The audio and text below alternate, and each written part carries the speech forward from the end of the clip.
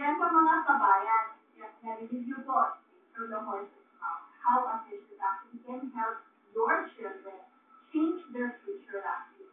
Tama na po yung pagdagastos natin ng mga kurso na napakamahal, napakahaba, at napakahirap na hanapan ng employment after. Alam niyo, wala pong pinakamasakit sa isang anak, kundi ang pag-aasin ng pag-aasin ng mga magulang. Kung yan po ay masakit para sa ating mga magulang, masakit din naman po para sa mga bata. I think it's about time po. Ngayon mga kabayan, with a fishes at yun po, nakakasiguro po kayo na sa loob ng isang taon, ang maliit na investment po natin, nakakasiguro tayo na ang kinabukasan ng ating mga anak ay maganda, maliwanag. At ito ay makakapagbigay hindi lang po ng daran, kundi ng sasalukas na pera para makapagpapagod kayo. Kaya, tumawag na po kayo.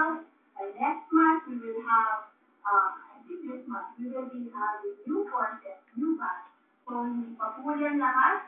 Bago nyo po, pag-isipan ang kahit na anong kurso, kahit na anong gastos, mga kabayan, think about it. At issues po, ipag culinary courses nyo po ang mga anak.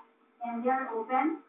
We will be flashing the contact details from time to time po para po at maliwanagan kayo kung meron kayo mga tanong. Yan mga kabayan, sana po, ngayon pa lang, pag-aralan nyo na po, you can visit them, meron po silang website at meron po silang Facebook. So yung mga gustong mag-like nyo na po at the Facebook, but I think you can access. We will be flashing all the contact details. Hindi pa po huli ang lahat. Let's start what is wrong. Isahan po natin yan sa ating mga anak at sa ating damang pag-guide sa kanila sa napakaganda. So, hanggang sa susunod po muli, marami pa po yung malalaman tungkol sa culinary. So, ngayon kayo po, isa pa lang po ito sa magandang pwede gawin para sa inyong mga anak. Kaya, ngayon pa lang, magsimula.